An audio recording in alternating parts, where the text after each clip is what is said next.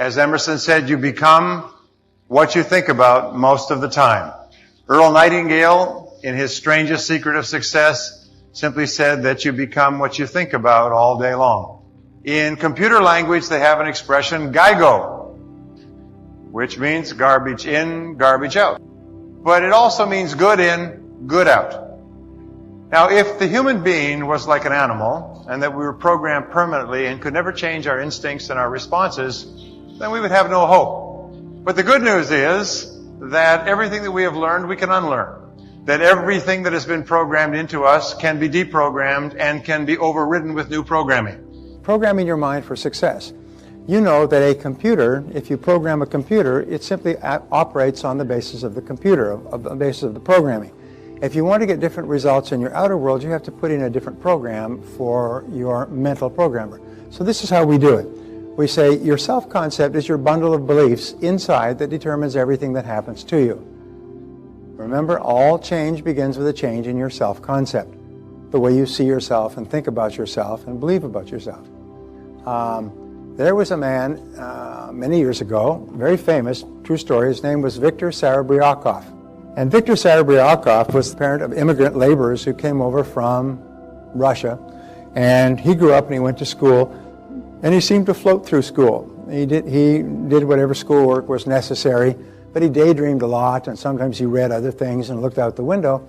And they concluded that he was probably mentally retarded, he had learning deficiencies, wasn't really set up to be very successful. And so he went all the way up to the 10th, 12th grade, and he was still looking out the window, and he sat down with his counselor in the 12th grade, and they suggested that he join the Army. Because in the Army, he could get a nice job where they would provide for him for 25 or 30 years, and then he could have a nice pension, and he could retire, and he would be safe and secure. And he didn't think much about that, so he left school and he drifted, and he worked as a farm laborer. 2 years later, he'd been drifting around. He's now about 20 years old. He saw a sign, the Army needs men. And he remembered the recommendation from his guidance counselor in high school. So he went in and he applied. So he went in to enlist, and they said fine, and his background was average grades in high school and laborer for 2 years. Not great Army material. So they gave him a battery of psychological and intelligence tests. When they came back with the tests, his IQ scored at 172. And they said, no, there's something wrong here with this test, this score. So they tested him again. They had him take the test again, came out at 176. His IQ was higher than Einstein's of 170. They couldn't believe it. They took him in and they sat him down, and they said, Mr. Serebryakov, you're the smartest person who's ever tried to enlist in the Army. And he said, yeah, but I got terrible grades throughout school. And they had a psychologist there, and he said, well, it's because you basically have a photographic memory. You memorized everything there was to learn in school the instant it was first mentioned. It was completely boring for you. That's why you were looking out the window all the time. He said, that's true. He said, I never failed an exam because he learned everything like a sponge absorbs water. They said, Mr. Serebryakov, if you'll join the Army and you'll go into our nuclear physicist training, we will put you through university if you will stay in the Army for 4 years after your degree. And he said, sounds good to me. When his time was up at 30, he started his own company, which is in Los Angeles, and Serebryakov Industries.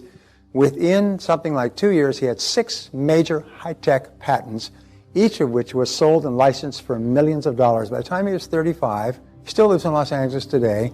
He's worth millions and millions of dollars, one of the brightest people that they'd ever seen in terms of his creative ability.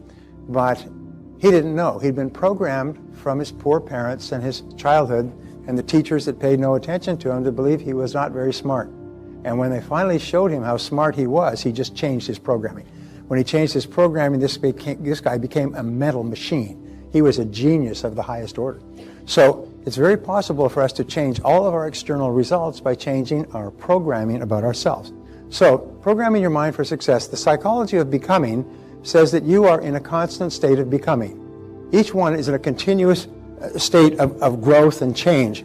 And you're continuing moving forward, and you're growing and changing depending upon the information that you're taking in. Now, the great tragedy is that if you always do what you've always done, you'll always get what you've always got. So if you're continually taking in the same old information, whether it's frivolousness or television set or TV or Twitter or something else, if you just keep taking the same thing and keep hanging out with the same people and reading the same papers, then nothing will change. The natural tendency is to just go on forever. But if you start to take in new information and new ideas and read new things and talk to new people, you start to evolve and grow in a different way, in a different direction, and at a different speed. So we say if you want to evolve and grow more rapidly, you must make your goals clear and describe them in detail.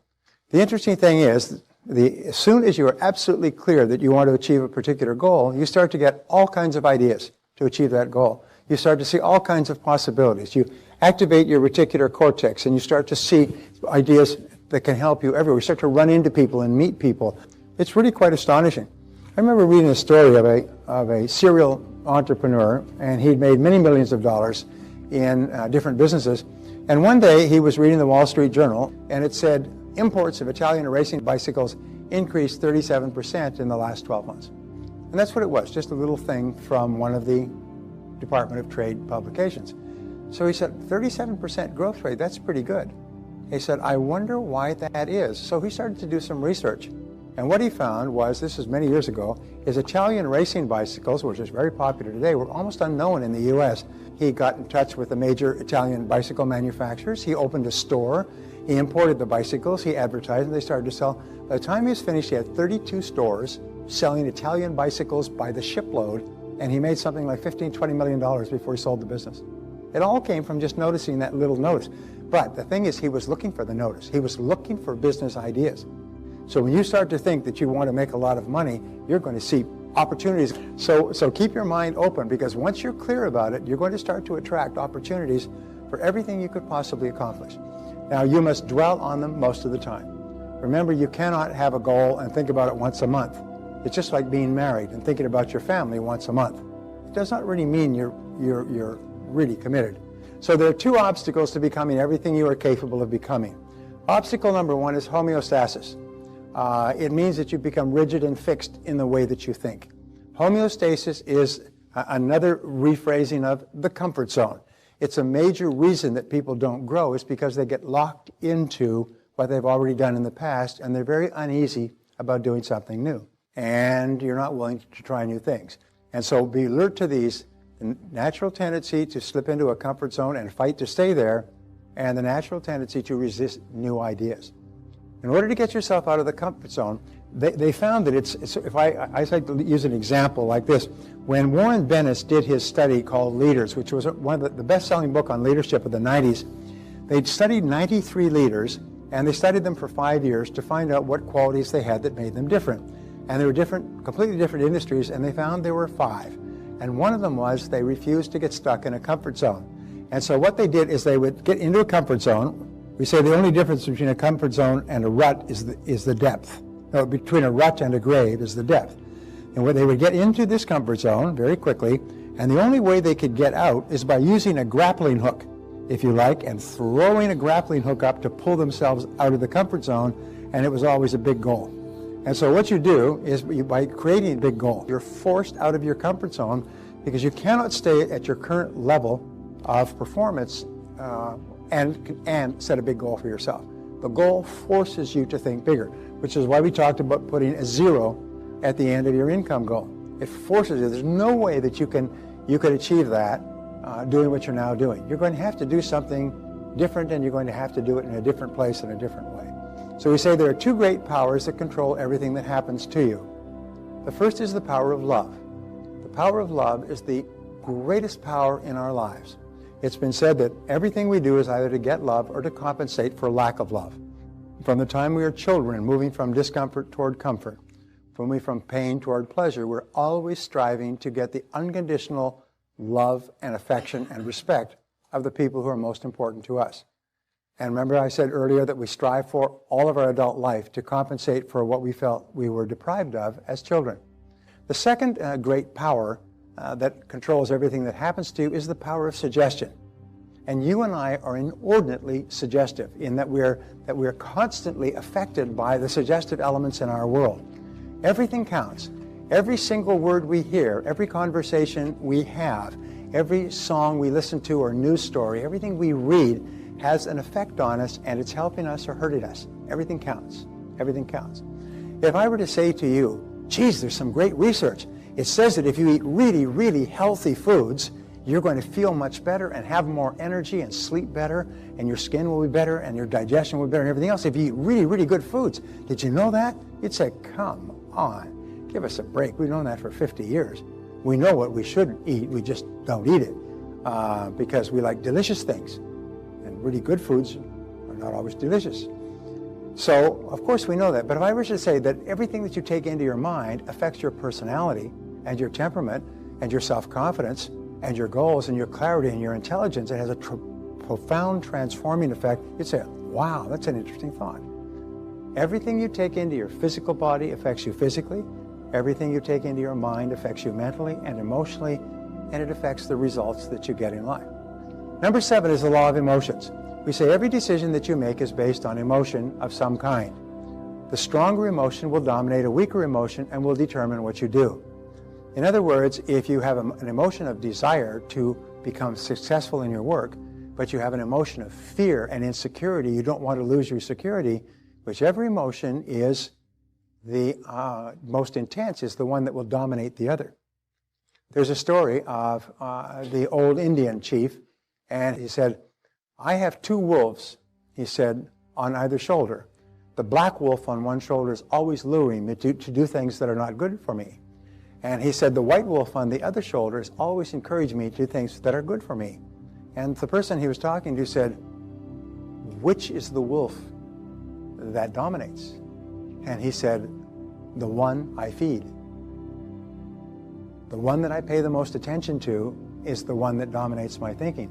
So you can actually, by continually thinking about what you desire, you actually cause that to become more intense, and you cause the fear that's holding you back to become less and less.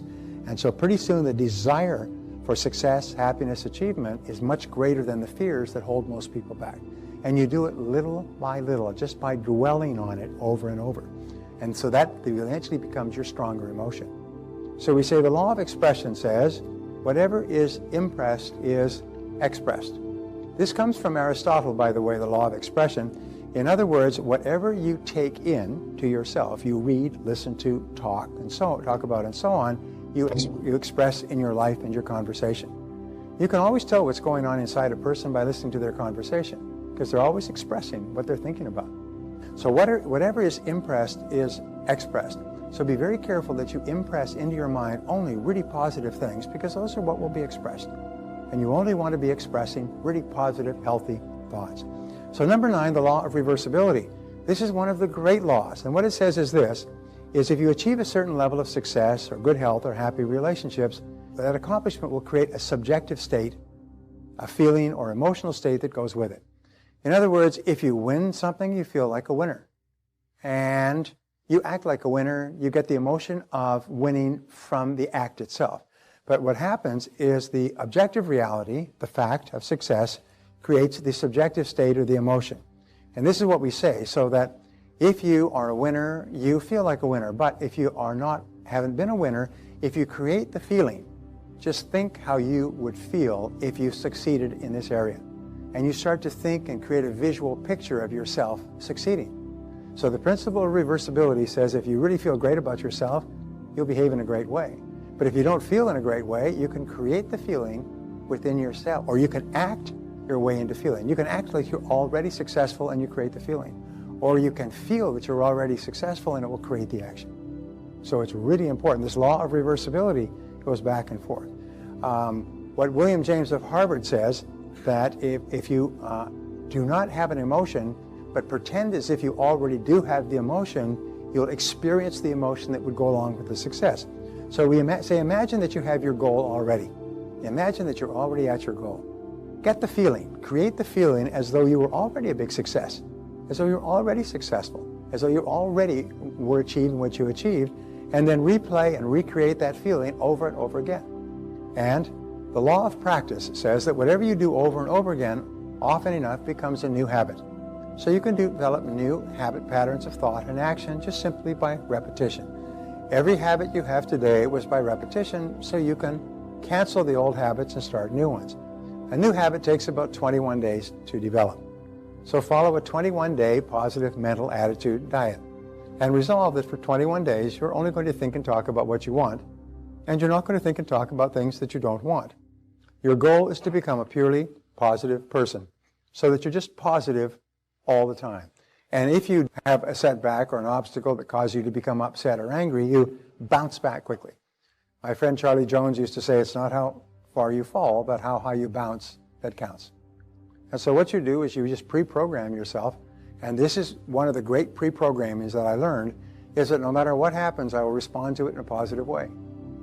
You need 4 qualities to make great changes in your personality and your character. Quality number 1 is desire.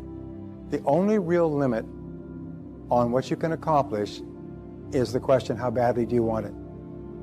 Many people think, well, I want to be this and I want to be that, and I want to be rich and I want to be thin, and I want to be successful and I want to be happy and I want to have a great relationship or marriage. But people in mental institutions have the same wishes. These are not goals, they're just fleeting wishes. I call them cigarette smoke goals. They just disappear in the air. Because then they want to go partying, they want to go drinking, they want to go have fun with their friends, and they want to tweet, and they want to waste time at work, and so on. So they want all of these conflicting things. The achievement of one, the time wasters, makes it impossible to achieve the others that are worthwhile. They want to eat whatever they can eat, they want to live without exercising, and so on. So the question is, how badly do you want it? And if you really want it badly enough, then what happens is you stop doing the things that are contradictory to it. Decision. You must be willing to do whatever is necessary to achieve your goal. Now I have to give you a word, and this is one of the great words, and it comes from about 30-year study. And I said, what is the difference between successful people and failures? And the conclusion was willingness. Now willingness means that successful people are willing to do whatever is necessary to achieve the goal. They said unsuccessful people are willing to do many things, but just not everything. They're willing to work hard, but not stay late. And they're willing to work during the week, but not on the weekends. And they're willing to upgrade their skills, but they don't want to take time away from reading the sports pages and watching the football game. And they're willing to exercise, but they don't really like to sweat too much, you know. So they're like really gentle exercises, like getting up from the couch and getting back down again. So decision. Make a decision and then be willing to do whatever is necessary within law. I'm not saying be dishonest, but be willing to pay the price. Be willing to pay the price. Discipline is the master key to riches. And this is really the most important key of all, is the ability to discipline yourself to do it whether you feel like it or not. To just keep on keeping on until it becomes a habit. But remember this, wherever you are today, you've gotten here by the things you have done or failed to do in the past. Wherever you want to go in the future, there's no limit because you can control it. And when you start to practice self-discipline, which Napoleon Hill called the master key to riches, when you start to practice self-discipline, it becomes easier and easier.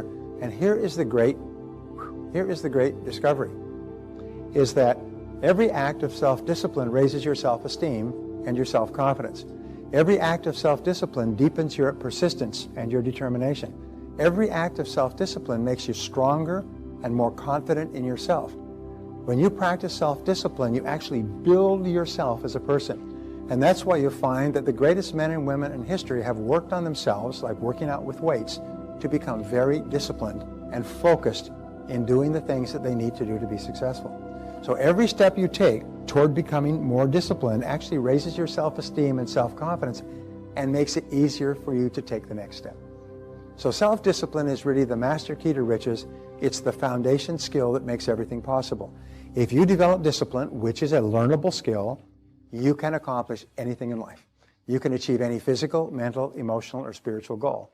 And especially you can achieve any financial goal if you just simply develop the disciplines that are necessary to achieve it.